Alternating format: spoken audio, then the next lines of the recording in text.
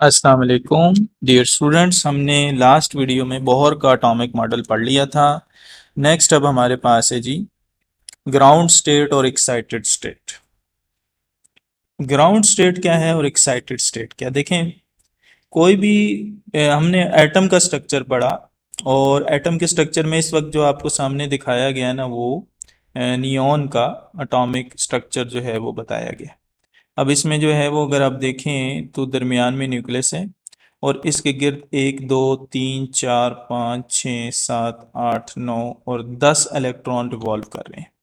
ठीक है, दूसरे ऑर्बिट में सॉरी पहले ऑर्बिट में जो है वो 2 इलेक्ट्रॉन है, जबकि दूसरे ऑर्बिट के अंदर हमारे पास 8 इलेक्ट्रॉन रिवॉल्व कर रहे हैं। अब क्या हुआ, ये इस वक्त इसकी ग्राउंड स्टेट है। नियॉन एटम की ये ग्राउंड स्टेट है। ठीक है, क्योंकि यहाँ पे कॉन्फ़िगरेशन जो है वो जो डिस्ट्रीब्यूशन है ऑर्बिट्स के अंदर वो कंप्लीट है। लेकिन अगर हम इसको किसी तरीके से एनर्जाइज कर दें, यानी कि इसको कहीं से हम एनर्जी फ्राहम कर दें, तो फिर क्या होगा कि ये नियॉन का एटम एक्साइटेड स्टेट के अंदर चला जाएगा। और एक्साइटेड स्टेट में क्या होता है कि इलेक्ट्रॉन जो दूसरे ऑर्बिट में था, एक इलेक्ट्रॉन जंप करके वो तीसरे ऑर्बिट में चला गया, यानी अब 3 ऑर्बिट हो गए उसमें। ये जो हालत है एटम की, ये एटम की एक्साइटेड स्टेट कहलाती।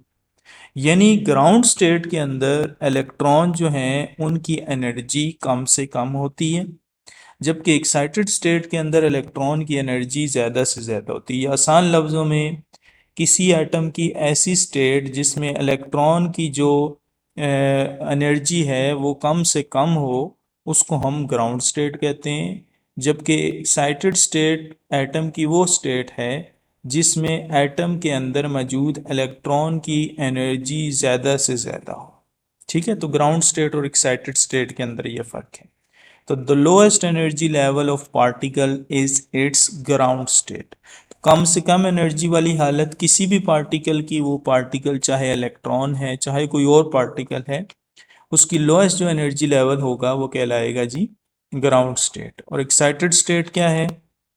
If particle goes from ground state to higher energy state, then higher energy state is called excited state.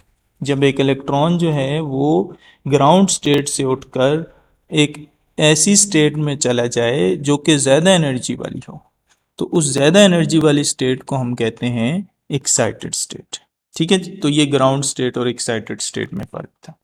Next हमारे पास अब्जॉर्प्शन ऑफ लाइट है, बहुत इंपॉर्टेंट टॉपिक है, पेपर में अक्सर आता है। अब्जॉर्प्शन ऑफ लाइट क्या होती है? अब्जॉर्प्शन ऑफ लाइट, जिसको उर्दू में रोशनी का जज्ब होना कहते हैं, ये कैसे होता है? देखें, कुछ मटेरियल हमारे पास ऐसे होते हैं जो कि लाइट को रिफ्लेक्ट नहीं करते, या उनसे लाइट जो है वो टकराने के बाद उनके अंदर ही जज्ब हो जाती है। जिस तरह से ब्लैक किस्म के हमारे पास मटेरियल होते हैं या डार्क कलर के हमारे पास मटेरियल होते हैं। अब उसमें होता क्या है? उसमें होता ये है कि जो इलेक्ट्रॉन है वो एनर्जी को जज्ब करते हैं, और जज्ब करने के बाद जो है वो एक्साइटेड स्टेट के अंदर चले जाते हैं। देखें, यहाँ पे एक इलेक्ट्रॉन था, फर्स्ट ऑर्बिट के अंदर मौजूद था। ठीक है, ये फर्स्ट ऑर्बिट है हमारे पास, ये वाला। और इस ऑर्बिट के अंदर मौजूद इलेक्ट्रॉन के ऊपर जब ये फोटोन आके गिरा, तो इस फोटोन की एनर्जी ली इस इलेक्ट्रॉन ने, और फर्स्ट ऑर्बिट से उठकर ये चला गया जी सेकंड ऑर्बिट के अंदर, यहाँ पे चला गया। अब इस फोटोन की वजह से इस इलेक्ट्रॉन की एनर्जी ज़्यादा हुई, और उस ज़्यादा एनर्जी की वजह से ये फर्स्ट ऑर्बिट से उठकर दूसरे ऑर्बिट के अंदर चला गया। अब ये जो प्रोसेस है जिसमें एक फोटोन जो है वो इलेक्ट्रॉन जज्ब कर लेता है, उसे हम कहते हैं जी अब्जॉर्प्शन ऑफ लाइट। ठीक है, तो हम प्रॉपर डेफिनेशन पढ़ते हैं। डेफिनेशन इसकी ये है, when an electron in an atom is provided energy, जब एक इलेक्ट्रॉन को एनर्जी फराहम की जाती है एटम में, then it absorb this energy, ये इस एनर्जी को अब्जॉर्ब करता है, and jump to higher energy orbit, और ज़्यादा एनर्जी वाले ऑर्बिट में चला जाता है। इस सारे प्रोसेस को हम कहते हैं अब्जॉर्प्शन ऑफ लाइट। यानी लोअर एनर्जी में मौजूद था इलेक्ट्रॉन, उसने एनर्जी को जज्ब किया, और जज्ब करने के बाद वो हायर एनर्जी के अंदर चला गया। इसको हम कहते हैं अब्जॉर्प्शन ऑफ लाइट। नेक्स्ट हमारे पास एमिशन ऑफ लाइट है, बिल्कुल इसका उलट है हमारे पास। एमिशन ऑफ लाइट क्या होती है? देखें, एक इलेक्ट्रॉन E2 यानी दूसरे ऑर्बिट के अंदर मौजूद था। ये दूसरा ऑर्बिट है हमारे पास। इस ऑर्बिट में मौजूद इलेक्ट्रॉन ने अपनी एनर्जी को कम किया और कम करने के बाद जो है ये इस पहले ऑर्बिट के अंदर आ गया। अब जब वो दूसरे ऑर्बिट से पहले ऑर्बिट में आएगा तो इस दौरान एक एनर्जी का फोटोन ये रिलीज करेगा। ठीक है, यानी एक फोटोन को ये रिलीज करेगा ड्यूरिंग दिस प्रोसेस। इसे हम कहते हैं एमिशन ऑफ लाइट। ठीक है, एमिशन ऑफ लाइट क्या होता है? हायर एनर्जी स्टेट के अंदर मौजूद इलेक्ट्रॉन अपनी एनर्जी को कम करता है और कम करने के बाद लोअर एनर्जी स्टेट के अंदर चला जाता है। इसके दौरान एक एनर्जी का फोटोन ये खारिज करता है, एमिट करता है। इस सारे प्रोसेस को हम एमिशन ऑफ लाइट कहते हैं। और कितनी एनर्जी का फोटोन ये एमिट करता है? याद रखिए कि अगर इस ऑर्बिट की एनर्जी E2 है, ठीक है, और पहले ऑर्बिट की एनर्जी है या इस ऑर्बिट की एनर्जी है हमारे पास E1, तो जिस एनर्जी लेवल से ये इलेक्ट्रॉन जंप करके दूसरे एनर्जी लेवल या लोअर एनर्जी लेवल में आएगा, उन दोनों का जो डिफरेंस होगा इतनी एनर्जी का फोटोन ये खारिज करेगा। यानी कि जो फोटोन खारिज होगा ड्यूरिंग दिस प्रोसेस उसकी एनर्जी जो है वो E2 माइनस E1 के बराबर होगी।